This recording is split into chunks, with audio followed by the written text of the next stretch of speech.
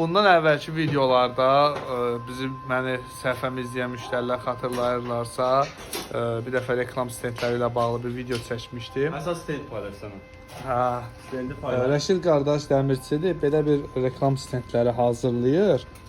Fırlanan reklam stendləridir. Belə bannerlər, işıqlı. İstəyirəm özü danışsın, çünki özü daha yaxşı məlumat verə bilər. Mən bundan başlamışdıq, amma müştərilərin əksəriyyəti onu yox, belə bir şeylər. Bunlara fırlanan stendlər olacaq.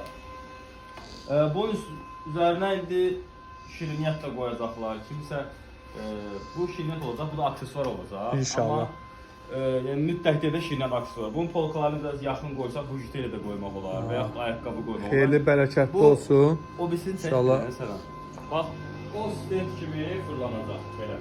Ha, işıq olacaq onlarda, amma yoxsa Onlarda yox, işıq olmuyor. onlar işıqsız forma. İşıqsızdır, çünki alındırmaq olar, hələ ki işıqlı zakaz verən olmur. İnşallah, inşallah.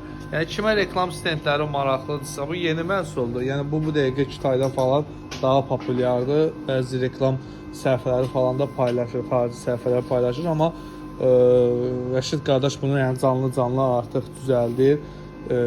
Yəni bildiyim qədərilə də çoxlu sifarişləri var. Yəni verdiyi obyektlər, müəssisələr, obyektlər var da səfərəmsi kafe, restoranlarda da var. Birisi videonun boşalsan bir söz deyirdim.